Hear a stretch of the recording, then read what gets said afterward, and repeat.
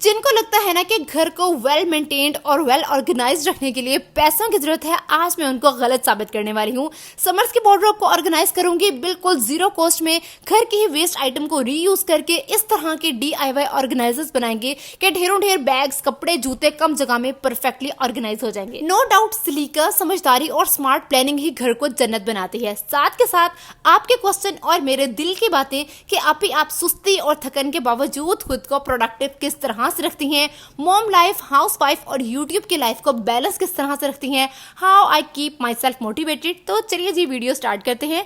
अस्सलाम वालेकुम जी and welcome back to my channel. आज सुबह उठते साथ ही ना मैं थोड़ी सी परेशान थी क्योंकि आज काम इतने ज़्यादा थे, लेकिन फिर मैंने ना दिल में अल्लाह पाक से दुआ की कि अल्लाह पाक मुझे ढेरों ढेर हिम्मत दे देना और मेरी मदद करना। बस फिर मैं मुतमईन हो गई और बिस्मिल्लाह पढ़ के काम शुरू किए। अच्छा, आज के ब्लॉग में ना 2 दिनों का कॉम्बिनेशन है। आज का मेजर टास्क ये था कि मैंने समर्स की वार्डरोब को ऑर्गेनाइज करना था, घर को समर रेडी करना था। इसके अलावा जो हमारा AC वाला कमरा है ना, उसकी सेटिंग को चेंज करना था क्योंकि हमारे यहाँ साहिवाल वाली साइड पे ना अच्छी खासी गर्मी हो गई है और लास्ट नाइट गर्मी इतनी ज्यादा थी कि बस पता लग गया था कि नेक्स्ट डे बाहर बिल्कुल भी नहीं सोना। तो बस फिर जी इसका कोजी सा सेटअप करना है। अच्छा, बेड की जो जगह है वो मैंने हस्बैंड के साथ ही चेंज करवा ली थी क्योंकि मेरे और मेरे हेल्पर की बस की बात बिल्कुल भी नहीं है कि हम बेड को खींच के एक जगह से दूसरी जगह लगाएं।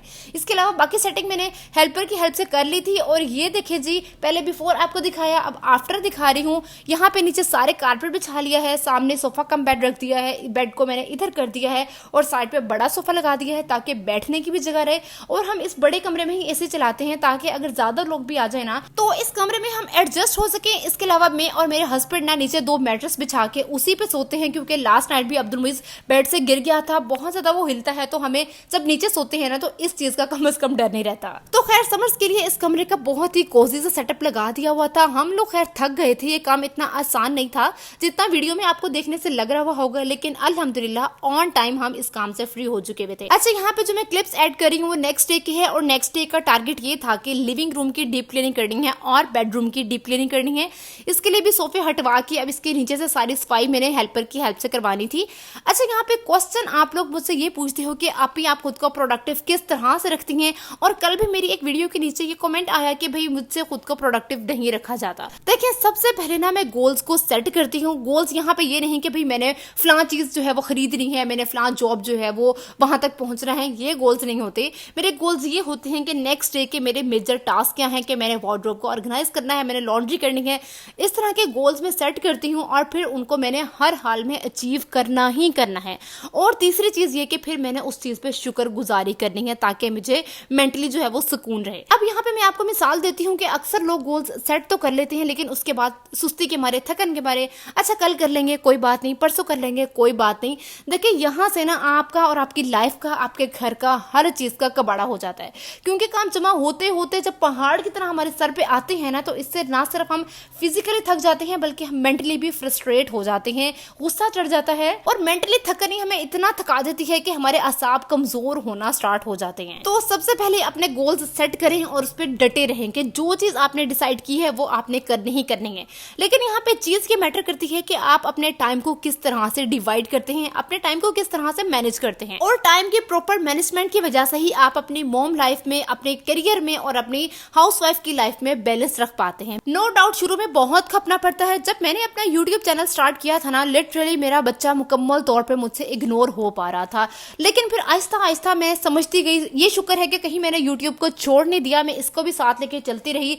कम से कम मुझे 6 महीने लगे ये बात समझने में कि मैंने यूट्यूब को कहाँ पे रखना है, अपने बच्चे को कहाँ पे रखना है, अपने हस्बैंड को कहाँ पे रखना है। हाँ, मुझे इस चीज का रिग्रेट है कि जब मैंने यूट्यूब चैनल स्टार्ट किया तो पहले 5-6 महीने मेरा बच्चा भी मुझसे इग्नोर हुआ और मेरे हस्बैंड की कहीं ना कहीं मुझसे इस बात पे लड़ाई हो जाती थी। और मैं वीडियोस बनाने में इतना प्रो भी नहीं थी। जहां अब मुझे वीडियो की शूटिंग में ना सिर्फ 1 से 2 घंटे लगते हैं, वहां पे मुझे तकरीबन 7 से 8 घंटे लग जाते थे। ना मुझे एंगल सेट करना आता था, ना मुझे प्रॉपर तरीका आता था शूटिंग का, थंबनेल बनाने में वो मुझे 4-4 घंटे लग जाते होते थे। वॉइस ओवर करती थी ना, एक लाइन को 10-10 दफा बोलती थी फिर भी सही से बोला नहीं जाता होता था। और इन्हीं चीजों से मैं इतना थक जाती थी, इतना फ्रस्ट्रेट हो जाती थी कि सारे फ्रस्ट्रेशन अपने बेबी के ऊपर निकालने लग जाती थी। लेकिन फिर अल्हम्दुलिल्लाह टाइमली मुझे समझ आ गई कि मैंने किस तरह से मैनेज करना है, अपने टाइम को किस तरह से डिवाइड करना है। जब मेरा बच्चा सोया होता है उस टाइम को मैंने अपने गोल्डन टाइम समझ के यूज करना है। और मैं कहती हूँ कि ये सब समझाने से समझ नहीं आता है। आप अगर कुछ करना चाहते हो ना तो आप करना स्टार्ट तो करो। टाइम के साथ साथ जब ये चीजें आपके सर के ऊपर प्रैक्टिकली पड़ेंगी ना तभी आप समझ सकते हो। जितना मर्जी किसी की भी वीडियो देख लोगे, कितना मर्जी किसी से नसीहतें ले लोगे ना, ये बात आपके समझ में नहीं आने वाली। इस चीज के डर से कि मैं बच्चों के साथ किस तरह से मैनेज करूंगी, आप स्टार्ट लो तो सही, कोई बात नहीं, मुश्किल आ रही है, इट्स ओके। लेकिन 4 महीने लगेंगे, 5 महीने लगेंगे, उनको भी समझ आ जाएगी, आपको भी समझ आ जाएगी और हर एक चीज प्रॉपर वे में एक अच्छे तरीके से सेट हो जाएगी इंशाल्लाह ताला। खुद को प्रोडक्टिव और मोटिवेटेड रखने के लिए जो चीज सबसे ज्यादा मैटर करती है वो है जी हमारी सोच। अब यहाँ पे अक्सर लोग सारा काम तो खत्म कर लेते हैं लेकिन उसके बाद परेशान रहते हैं कि भाई काम जिस तरह हमने सोचा था वैसा हुआ नहीं, हम थक गए, हमें मेंटली फ्रस्ट्रेशन हो गई। नो डाउट कि सब कुछ हो जाता है, ये एक नॉर्मल सी चीज है। लेकिन अगर आप इसको अपनी दूसरी सोच में बदल देंगे, जब दिन के थके हारे आप शाम को बैठे हैं तो उस टाइम पे आप हर एक एक चीज को सोच के कि अल्लाह पाक मैंने अपने बच्चे को नहलाया भी है, उसको 3 टाइम का मैंने खाना भी खिला दिया, एटलीस्ट उसका टमी फुल है, मैंने बर्तन भी धोए, कपड़े भी धोए, मैंने अपने किचन को भी प्रॉपर्ली मैनेज कर लिया, जो जो काम सोचे थे वो मैंने सब कर लिए, खुद की सेल्फ केयर भी कर ली। ये अल्लाह पाक तेरा शुक्र कि तूने मुझसे सारे काम करवा दिए, एटलीस्ट जो कुछ मैंने सोचा था वो सब कुछ हो गया और अगर कुछ रह भी गया तो ये अल्लाह पाक नेक्स्ट डे मुझसे कंप्लीट करवा देना। और यकीन करें कि इस चीज से इतनी मोटिवेशन मिलती है, इतनी इंस्पिरेशन मिलती है, इस चीज से इतनी एनर्जी मिलती है ना कि मैं आप लोगों को बता नहीं सकती। गोल्स सेट करें, गोल्स पे डटे रहें, अल्लाह पाक से हिम्मत मांगे और फिर देखना इंशाल्लाह ताला आपका टाइम भी किस तरह से मैनेज होता है और अपनी लाइफ में आप प्रोडक्टिव भी किस तरह से रहते हैं। समर्स के वार्डरोब को काफी टाइम से मैं सेट करना चाह रही थी क्योंकि रोजों महीना हमने लॉन के कपड़े निकाल लिए हुए थे। ईद आई, ईद के बाद अम्मी की तरफ गई, अम्मी की तरफ से आके बिना रूटीन सही तरीके से सेट ही नहीं हो रही थी, एक काम के बाद दूसरा काम निकलता ही आ रहा था। तो बस फिर जी नेक्स्ट डे का गोल ये था कि मैंने समर्स की वार्डरोब को ऑर्गेनाइज करना है। तो उसके लिए ये देखिए जी मैं बिफोर आपको दिखा देती हूँ, मुझे जज मत करना क्योंकि मेरी रूटीन बहुत हेक्टिक है। तो ये सारी मेरी वार्डरोब है, सबसे पहले इसको खाली कर लेंगे। अच्छा मैं ना यहाँ पे सबसे पहले बैग्स को ऑर्गेनाइज करने लगी हूँ। इसके लिए मैं सबसे पहले नीचे शॉप पे गई, हार्डवेयर की शॉप है, वहां पे ना ये 2 पीसेस मुझे बचे हुए मिले। हस्बैंड से मैंने कहा कि पहले एक पीस बड़ा था एक छोटा था कि इनको बराबर पहले रख के काटे, इसके बाद एक पीस को कंप्लीट रहने देना और दूसरे वाले को ना फिर से सेंटर से कट कर देना। अच्छा मेरे पास इतने बैग्स हैं ना माशाल्लाह अल्हम्दुलिल्लाह कि अगर जब मैं सारे निकाल के देखती हूँ ना तो अक्सर बैग्स इस तरह के होते हैं कि मैं सोचती हूँ अच्छा ये भी मेरे पास है। एक्चुअली शादी वाले बैग्स भी हैं, कुछ बैग्स गिफ्ट्स में शादी पे मिल गए थे, तो इस तरह करके ना काफी बैग्स जो है वो इकट्ठे हो गए। मसला ये था कि शुरू से ना मुझे बैग्स को ऑर्गेनाइज करने के लिए ना कोई प्रॉपर जगह नहीं मिल रही थी, कोई बैग्स कहीं पड़े हुए थे, कोई कहीं पड़े हुए थे। आज मैंने सारे करके इकट्ठे किए। इसके बाद वो जो पीसेस मैंने लिए थे ना उनका ये इस तरह से रैक बनाया जिस तरह से आप वीडियो में देख सकते हैं। और ये इतना पक्का बना था ना, मैंने इसको हिला के भी देखा, एल्फी से ये एकदम परफेक्ट जुड़ गया था। अब जी वार्डरोब में मैं इसको सेट करूंगी। जो बड़े साइज के बैग्स है ना, यहाँ पे जो जगह खाली बची है यहाँ पे मैं बड़े साइज के बैग्स को सेट कर दूंगी। इसके बाद ये जो छोटे साइज के बैग्स है उनको ऊपर नीचे एज पर साइजेस जो है वो ऑर्गेनाइज कर दूंगी। अच्छा यहाँ पे एक व्हाइट वाला बैग मैंने निकाल लिया हुआ था क्योंकि उसको ना मैं डेली बेसिस पे मार्केट जाते हुए यूज करती हूँ, तो मैं उसको ऐसी जगह पे रखूंगी जहाँ पे वो हैंडी हो। अच्छा उसके बाद नीचे वाले खाने में मैंने अपने सारे स्टॉलर, हिजाब, दुपट्टे वगैरह ऑर्गेनाइज किए हुए। अच्छा यहाँ पे मैं आपको बेड का बिहाइंड द सीन दिखा देती हूँ। दुपट्टे, कपड़े, हर चीज बिखरी हुई है। साथ ही मैंने अपने बेबी को एक एक्टिविटी पे लगाया हुआ है और उसकी एक्टिविटी ऑलमोस्ट खत्म हो चुकी हुई थी, लेकिन इसके साथ ही एक न्यू टॉय रखा हुआ है। जब ये एक्टिविटी खत्म होगी तो वो पकड़ा दूंगी ताकि फटाफट से ना मेरी शूटिंग कम से कम कंप्लीट हो जाए। अच्छा इसके बाद फिर यहाँ पे जहाँ मैंने दुपट्टे रखनी है ना, ये देखें ये पीस भी मुझे नीचे शॉप से ही मिला था। यहाँ पे मैंने इसके मेजरमेंट की तो अल्हम्दुलिल्लाह बाई चांस से पूरा आ गया, इसको मैंने यहाँ फंसा दिया। अब यहाँ पे इसकी ना विड्थ बहुत ज्यादा है इस कैबिनेट की, तो जो दुपट्टे, स्टॉलर वगैरह बहुत कम यूज होते हैं, किसी ना किसी ओकेजन पे या फिर ऑफ सीजन नीचे रह गए हैं ना, उनको मैं पीछे सेट कर दूंगी।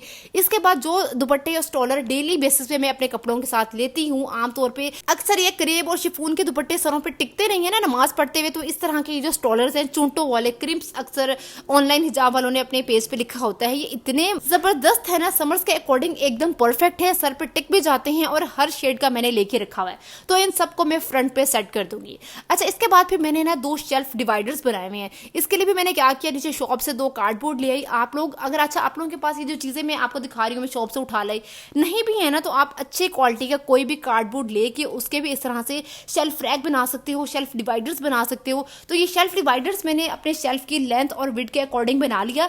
अच्छा, यहाँ पे पीछे मैंने ये येलो टेप लगा दी है ताकि ये हिले जुले ना और अच्छे से फिक्स हो जाए। अच्छा, अगर आप लोग चाहो तो किसी भी रैपिंग शीट से इसको रैप कर सकते हो। मेरे पास एक छोटा बच्चा है, रूटीन हेक्टिक है, तो इस तरह के चचके करना मेरे बस की बात नहीं है। और दूसरी बात है कि ये चीज़ पीछे वाली साइड पे आ जाएगी, फ्रंट पे इतनी नजर भी नहीं आएगी।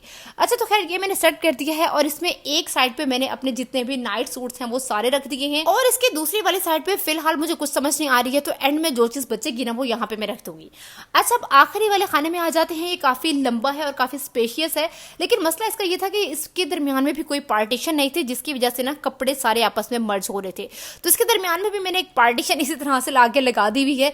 अच्छा, यहाँ पे सेटिंग में कुछ इस तरह से करने वाली हूँ कि जो सेमी फॉर्मल कपड़े हैं वो सारे मैं राइट साइड पे ऑर्गेनाइज कर दूंगी और जितने भी मेरे कैजुअल वेयर ड्रेसेस हैं वो सारे मैं लेफ्ट साइड पे ऑर्गेनाइज कर दूंगी। पहले मैं इस तरह से करती थी कि जो भी मेरे सेमी फॉर्मल या फॉर्मल ड्रेसेस होते थे वो दोनों साइड पे बॉटम में रख देती थी और जितने भी कैजुअल वेयर होते थे ना वो ऊपर रख देती थी।